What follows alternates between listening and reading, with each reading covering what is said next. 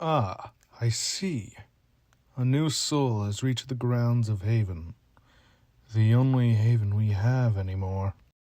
The remaining remnants of a peaceful world that was torn apart by decay, chaos, and death. I see these statues fill you with confusion. Well, let me try my best to jog your memories, Daemon. Hey! Welcome to the first video of many that I'll be making about Ironstrike. Though, let's jump right into it, as I am quite excited about this. So, taking from the store page itself, Ironstrike is a 4-player co-op roguelike featuring skillful physics-based swordplay, intricate gestural spellcasting, and dexterous archery. Wield a sword, bow and arrow, or magic as you fight to rescue the gods of a vibrant fantasy world. Customize your build to become an unstoppable armor juggernaut, a nimble duelist, a mage, an assassin, or any kind of hero you can imagine. Though, if I were to describe it in my own words, it's a fun VR game you can either be quick and fast with swordplay in, supportive and protective as a mage with, or just obliterate an enemy where they stand with your bow and arrow. But these are not all unique to their respective classes. A mage can just as easily wave a wand and remove a target from existence. Someone using blades can also be a protector, and a bow user can be quick and nimble. Though, please do keep in mind this does mean you can be ripped apart in more than 100 different ways yourself. Come on! We got swords that can remove your limbs, magic that will implode your lungs, and crossbows that will make you into Swiss cheese. So you gotta be smart and adaptive, as it's a gamble to get a good skill. Oh wait, did I just say gambling? Oh right, I said gambling. That's right, we got gambling. Ah, crap. Though, speaking of which, let's just quickly get all that mechanical crap out of the way before we get to the lore. As, to be frank, I am not the best at explaining mechanical crap. Let's start off with a class you'll be probably gravitating towards most. Melee! Melees make up 3/6 of the total starter weapons, which are the glaive, the katana, and the knight combo. Good old sword and shield. Good for all you knights out there wanting to rescue a fair maiden. Or prince, cause we don't judge around these parts. Each of these weapons upgrades into a new one at the end of the level, or for the first 2 levels. One of the options is basically just the same weapon, but more powerful. The others are different weaponry though. After that, you get a stat boost. Maybe you're feeling quick and nimble and want the rapier. Or maybe you want to bash skulls in with a giant hammer. After all, it is best to keep in mind, the sky's the limit for the Aeon's clientele. Though, weapons aren't all you want to focus on. You gotta get abilities and stat increases to go with those. That's where the abilities come in. This is very biased for this point, so please, take my words with a pinch of salt. But I will go over the best and worst abilities for each class when we get to them. Mainly so we do not go over all, maybe I think it's 20, maybe 10 abilities per class. So, to start, we got Invictus, which gives you health at the end of a fight. Sounds useful, right? Until you realize that you only have 3 ability slots for each ability type. So, this takes up one of our 3 fortitude slots, which could be put to much better use. Then, for the best, that goes to coup de grace. Cut the grass. Coup de grace. Basically, the enemy goes below a certain health threshold, say 25% or even 65% at its best, they die instantly on the next hit. Then, next up, we got the Humble Archer. Archers are the exclusively ranged class. They ain't got a single melee option unless you want to call unloading a shotgun into the enemy's face a melee option. They make up 2/6 of the starter weapons with a crossbow and a bow. I personally always go for the bow, though if you hand me that arbalista, I am sniping the enemy while they're on their way to work. Have fun trying to work at Walmart now, you puss! Alright, so the worst ability for an archer, in my opinion, is kind of tricky. But I'd have to say Sweet Revenge. Unlike Invictus, which is horrible, Sweet Revenge isn't horrible. But it is still kind of a waste of a perfectly good slot. It lets you regain a percentage of health if you're damaged, only if you shoot them within 2 seconds of being damaged. But this ability only works every 7 seconds. So, to put this in perspective, you have to shoot them within 2 seconds of being damaged when you're probably going to be swung on right again later, and that's just going to be a waste of a slot. My favorite, however, and this is pretty by Slowfall! So, basically, Slowfall reduces your fall speed and increases your jump height, which means you can surf above enemies and dodge around their magical missiles like a dance. Try and hit me from down there, you piece of... But let's go on to our final class, the Mage, and they have a singular starter weapon to choose from, the Wand. But, hey, the variety is made up for with the fact that you can casually remove those that you dislike from existence from drawing symbols in the air, be it like Zeus, Artemis, or your average American with nuclear launch codes. Or, if you wish, be the attending physician of your team, though you'll probably end up having headaches by the 5th time your melee rushes in and wastes all their iron skin. Now, for the magic I deem the worst, not to be blasphemous, but Divine Magic. Divine Magic is what I deem not just the worst spell for Mage, but the worst ability in the entire game. Sure, you might look cool flying around for a few seconds, but your team's down there getting slaughtered. Plus, the only other magic it gives you is Spirit Link, which splits damage between you and the person you cast it on. And you can imagine this would end up kicking you in the back if you cast it on the person who gets hit all the time, unnecessarily, all the time. It is a waste of an enchantment slot. But if you're looking for that good magic, that crap that can really make your enemies crumble to ash, that has to be Forest Magic. Forest Magic is the best crowd control spell imaginable, mainly due to this Arcanum, which creates a field of spice that damages all enemies in the area for a given time. You are effectively killing the enemy by making them touch grass. Hey, I didn't know our enemies were a bunch of Redditors and neckbeards! Though, as I said at the start of this was full of my opinions. Plus, this isn't the exactly most detailed video on the game mechanics. If you're looking for videos more in detail about those, I suggest Philip TA. He's the current Endless Mode champion at level 75. That's 75 waves that this man has survived.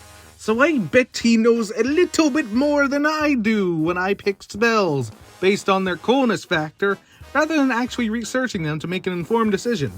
I actually talked to him when making this video to get some images, and he's a pretty cool guy. I actually made it so I wouldn't go half insane making this first video. Though, let's get into the other mechanics real quick. We got the challenges of Bass. Basically the mongoose over here. Yes, he is a mongoose and not a fox. Anyways, you can get challenges from him, and it makes the game harder. In exchange, you get these blue gems called Echoes. These Echoes can be used mainly to get upgrades that persist from run to run, such as revives, health increase, or even increase the chances of getting a stronger skill. Though, that is about all the major mechanics. We do have currency exchange, outfits, and such, but those are self-explanatory and don't require much explanation. Haven is the home of the gods known as the Aeons. It is the last remnants of a long-forgotten world that was destroyed, known as Atlantis. Ansir himself states, Haven is where we anchored ourselves in Atlantis, where we could commune with mortals. It was where humans would come to speak with the Aeons to gain their wisdom. Haven holds the statues of the 5 Aeons, Ikara, Nim, Tekka, Vas, and Ansir, all 5 within this plane. However, there is another just like it, but it is no Haven. It is Endeli. Endeli is its negative. Place to anchor and shackle the aeons. It's akin to a photo-negative copy. One place for the gods, one place for the devils. One for communion, the other for banishment. Though unfortunately, it holds the one substance that can bring the aeons back their power that they lost during the ruin. The aeons are gods. The name aeon coming from the collection of many religions in Gnosticism. In many Gnostic belief systems, there exist various emanations of God, who are known by such names as One, Mondrad, Aeon, Telos, Bythos, and Kruk. In Gnosticism, these emulations of God are named as proarchy or aeons. I know I butchered the pronunciation of some of those, but let's just roll with it. Looking through the names in Gnosticism more, they didn't exactly pull from them besides Aeon as a title and Archon as a title, as each Aeon in that collection of religion doesn't match the name nor the domains of the Aeons, nor has any action in the story been matched, besides the general storyline of a meaningless, endless loop with the gameplay itself. Though, let us dive into the Aeons real quick. Let's go in the unlock order so this actually has an order. Ikara, the first we unlock. She is the one who saved us from true death at the start of the game, recruiting us in order to collect essence for them, in order to revive the currently slumbering Aeons. She possesses the domains of life and rebirth.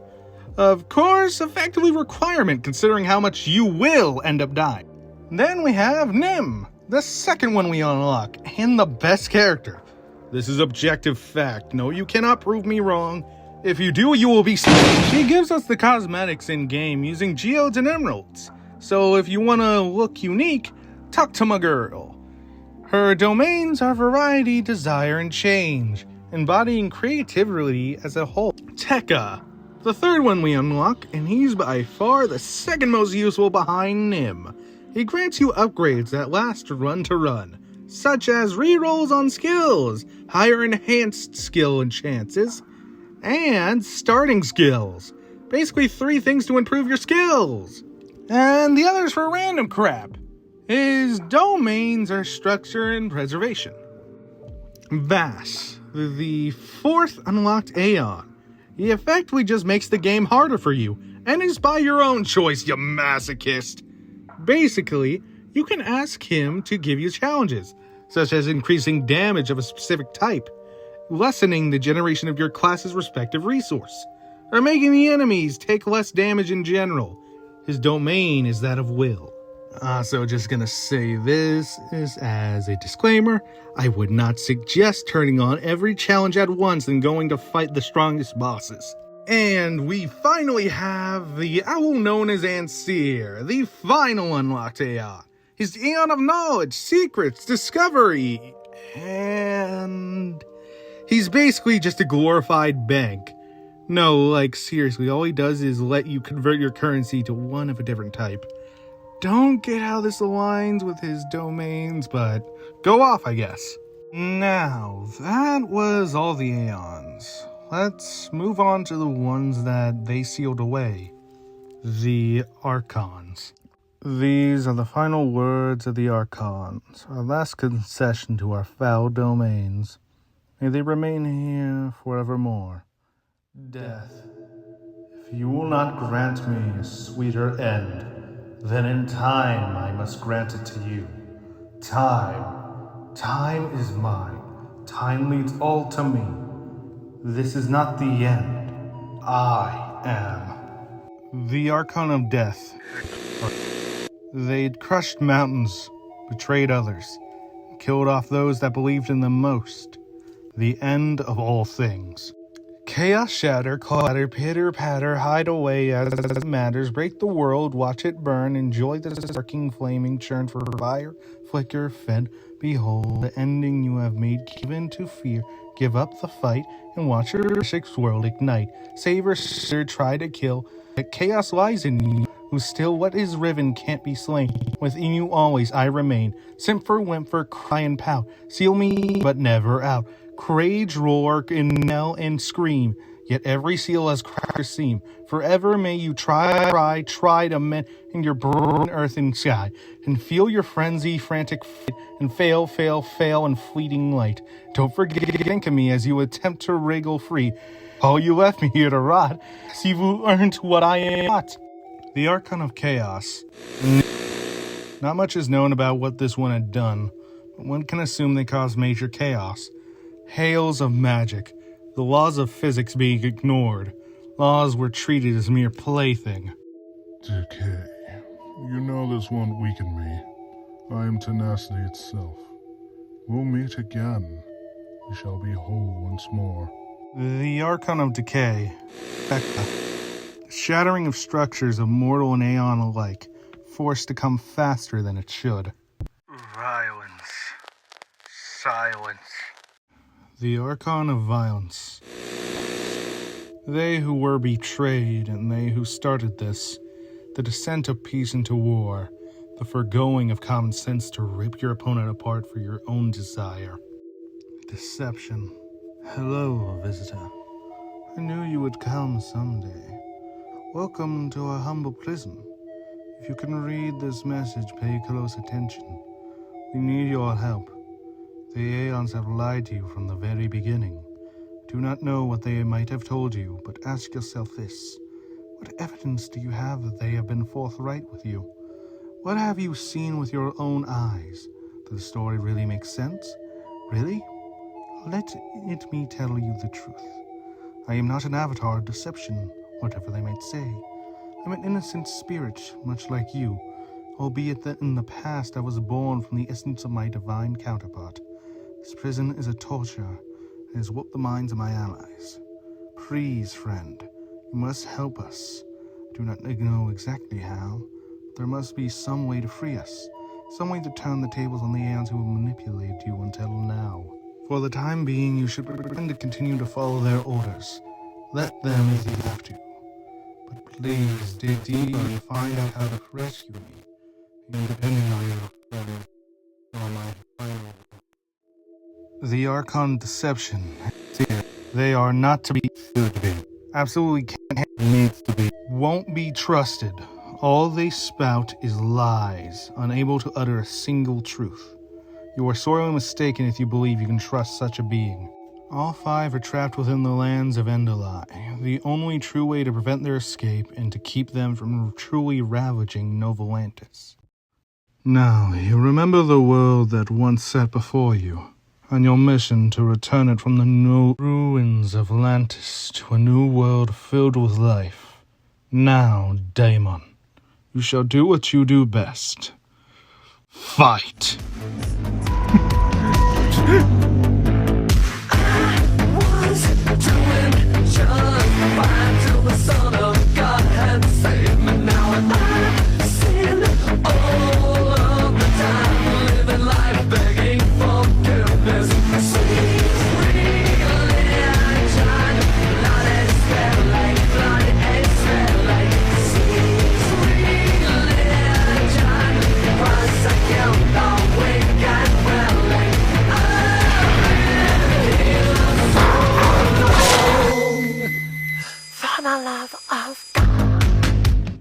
So, there we go. Finally got the video out on Ironstrike. Well, a video out on Ironstrike, as obviously this won't be the last. There's stuff I left out intentionally and unintentionally to go over. Please give a big thanks to Philip TA for giving me a ton of the sources for the information. Also, I encourage you to check out and play Ironstrike if you can. It's free on Quest and currently $20 on Steam. It is made by the talented E. O'Neill, and they deserve a lot more players for their games, honestly. I basically play the game myself every day. Though that's about all I have to say with this. I'm Uni is here, but now Uni is gone. Whoa.